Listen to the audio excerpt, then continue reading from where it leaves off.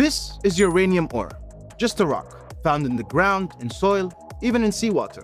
And right now it's low-level radioactive, but with the right process, this can either fuel a city or destroy it. Let me show you how. Uranium has natural forms called isotopes, same element but different weight.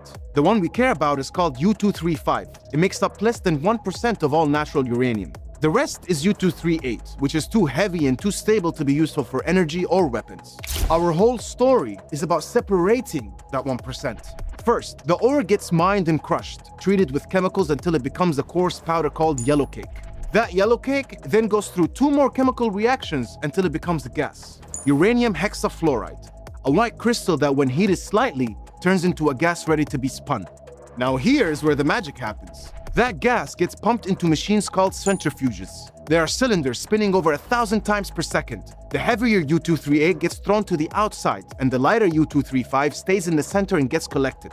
Now, one centrifuge barely does anything, so you chain hundreds together, called a cascade, and run the gas through over and over until the concentration of U-235 keeps climbing. Now, here's the important part. This is the enrichment scale. At 3 to 5%, you have nuclear fuel, enough to power a reactor and light up a city. Above 20% is highly enriched uranium, used in research reactors. At 90%, that's weapons grade. That's a nuclear bomb. This process is not linear. Getting from 0.7% all the way to 60% is the hard part. It can take years and thousands of centrifuge hours. But going from 60 to 90%, that last step, that can take weeks because you're almost already there. For peaceful energy, the enriched uranium gets converted into a fine black powder, pressed into ceramic pellets and loaded into a nuclear reactor. Controlled, safe, incredibly powerful. But if you skip that step, if you keep enriching past 90% and compress it into a metal core, you have the material for a nuclear weapon.